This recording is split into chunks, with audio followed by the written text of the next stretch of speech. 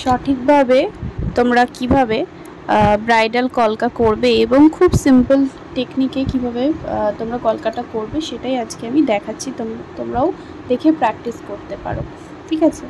তো ফার্স্টে ধরো একটা টিপ নিলে এবং এখানে আমি কালার নিয়েছি, দেখো হোয়াইট আর ইয়েলো কালারটাকে মিক্স করে আমি একটা কালার বানিয়ে নিয়েছি।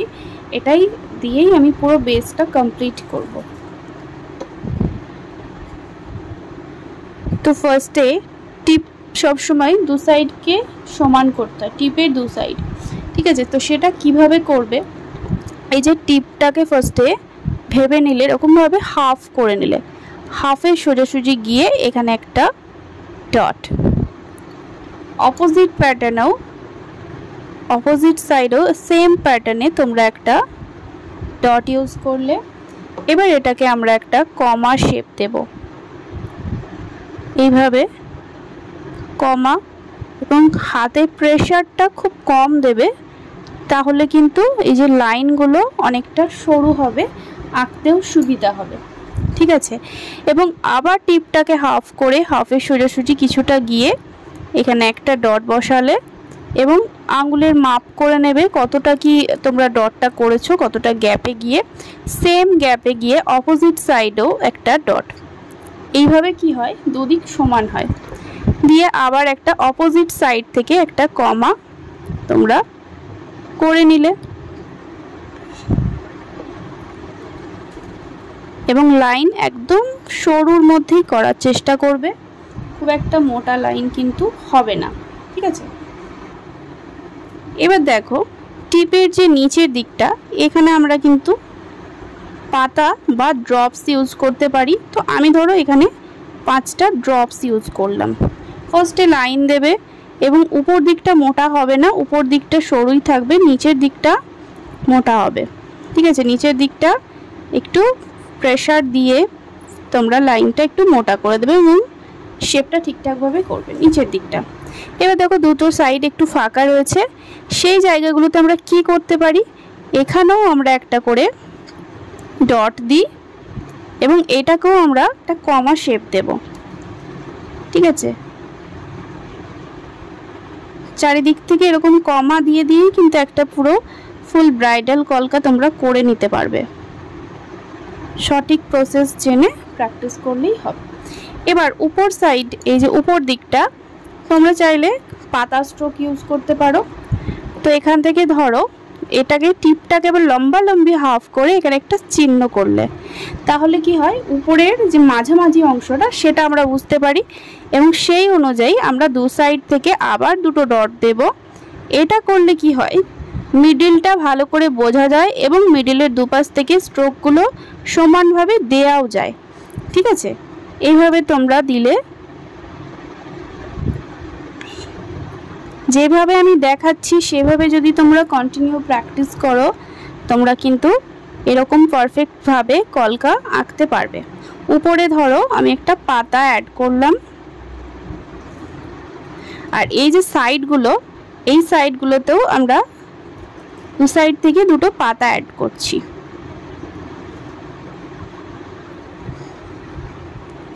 অপোজিট দিক থেকেও পাতা, মানে যে যে জায়গাগুলো একটু ফাঁকা ফাঁকা রয়েছে সেগুলোতে আমরা পাতা দিয়ে দিয়ে এরকম ভরাট করছি, ঠিক আছে। এবং মিডিল থেকে একটা করে ডট এবং লাইনটা সরু করবে, ডটটাকে একটু হাইলাইট করার চেষ্টা করবে। এখানটাতেও ধরো ডট লাইন অ্যাড করলাম, পাতা শুধু মিডিলটাতেই দিয়েছি, ঠিক আছে। আর উপরটায় চাইলে তোমরা একটা ডট লাইন বা ড্রপস টাইপের তোমরা দিতে পারো, বা সিম্পল পাতা দিয়ে রাখলেও হবে, ঠিক আছে। এবার সাইড থেকেও ধরো এখানেও পাতা,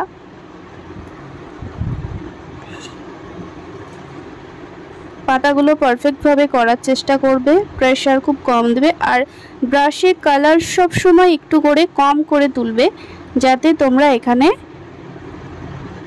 যখন প্রেশারটা দিচ্ছ তখন কন্ট্রোল করতে পারো। বেশি কালার উঠে গেলে কিন্তু প্রেশারটা বেশি পড়ে গেলে লাইন মোটা হয়ে যাবে, ঠিক আছে। তো দেখো একটা রিসেপশনের টাইপের কলকাটা হলো। এবার তোমরা চাইলে এখান থেকেও একটা ব্রাইডাল কলকা করতে পারো, সাইড থেকে ডিজাইনটাকে বাড়িয়ে, ঠিক আছে। তো এখান থেকে ধরো আবার আমি টিপটাকে হাফ করে হাফের সোজাসুজি কিছুটা গিয়ে আবার একটা ডট দিলাম, আবার একটা লাইন আমরা অ্যাড করছি এর পিছন দিকটা, মানে একটা কমা, একটু লাইনটা বাড়িয়ে আমরা কমাটা নিচ্ছি এবং দু দিক থেকে আবার তোমরা আঙুলের মাপ করে দেখে নিতে পারো। সেই অনুযায়ী কিন্তু গ্যাপটা দিয়ে তোমরা এখানে অপোজিট সাইড থেকে আবার একটা লাইনের স্ট্রোক অ্যাড করতে পারো।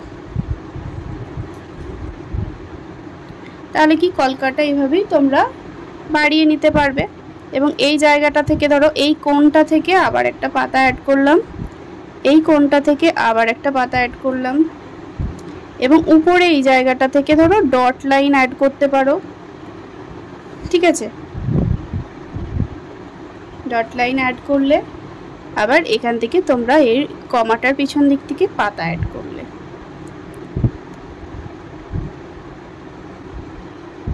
এই ভাঁজটা থেকে তোমরা পাতা যেহেতু নিয়েছো তার একটা ডট লাইন অ্যাড করলে খারাপ লাগবে না। এইভাবে তোমরা একটু একটু করে কলকাটা ভরাট করবে, মানে জায়গাগুলোকে একটু ফাঁকা থাকলে এভাবে ভরাট করে দেবে, দেখবে সুন্দর লাগবে কলকাটা। দেখো এবার যদি তোমরা আরও বাড়াতে চাও তাহলে সেম একই প্রসেসে আবার লাইনটাকে সেভাবে নিয়ে গিয়ে তোমরা কলকাটাকে আরও বাড়িয়ে নিতে পারো। তো আমি এখান থেকে আর সেরকমভাবে কলকাটা বাড়াচ্ছি না, তোমরা একই প্রসেসে লাইন বাই লাইন নিয়ে গিয়ে কলকাটা বাড়াতে পারো। ঠিক আছে, আমি একটা পাতা দিয়ে পুরো কমপ্লিট করছি।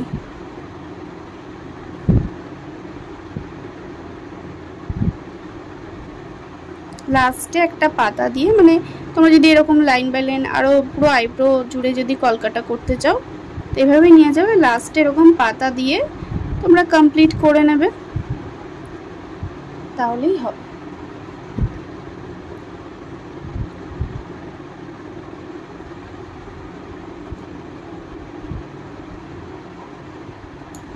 পুরো কলকাটা কমপ্লিট হওয়ার পর এরপর তোমরা হোয়াইট কালার নেবে, দিয়ে এই যে ডটগুলো রয়েছে এই ডটগুলোতে হোয়াইট কালার দিয়ে ডটগুলোকে হাইলাইট করবে। প্রত্যেকটা যতগুলো ডট রয়েছে প্রত্যেকটা ডটে হাইলাইট করবে এবং ড্রপসের শুধু যে জায়গাটা মোটা অংশ সেই জায়গাগুলোতে একটু করে কালার দিয়ে দিয়ে সেই জায়গাটাকে হাইলাইট করবে। ঠিক আছে, রেড কালার দিতে চাইলে রেড কালারও দিয়ে তোমরা হাইলাইট করতে পারো এবং হোয়াইট কালার দিয়েও হবে। হোয়াইটের ওপর যদি আবার রেড দিতে চাও সেটা করলেও হবে, বা শুধু যদি এটাকে এরকমভাবে করে ছেড়ে দাও সেটাতেও খুবই সুন্দর লাগবে ব্রাইডের ফেস। ঠিক আছে, তো এভাবেই পুরোটা কমপ্লিট করবে। পাতাগুলোর মধ্যেও হাফ অফ করে চাইলে হোয়াইট কালার তোমরা দিতে পারো বা রেড কালার দিতে পারো। যেরকমভাবে আমি হোয়াইট কালারটা অ্যাড করছি শুধু ডট ছাড়া, সেই বাকি পাতা এগুলোর মধ্যে তোমরা রেড কালারটাও অ্যাপ্লাই করতে পারো। তো দেখো আমার পুরো কলকাটা কমপ্লিট। কমেন্টে তোমরা জানাবে কেমন লাগলো তোমাদের এই কলকাটা এবং তোমরাও প্র্যাকটিস করে নিতে পারো।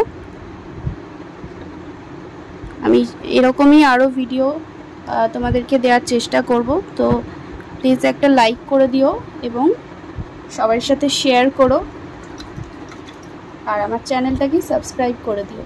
তো দেখা হচ্ছে নেক্সট একটা ভিডিওতে এরকমই। তো চলো টাটা।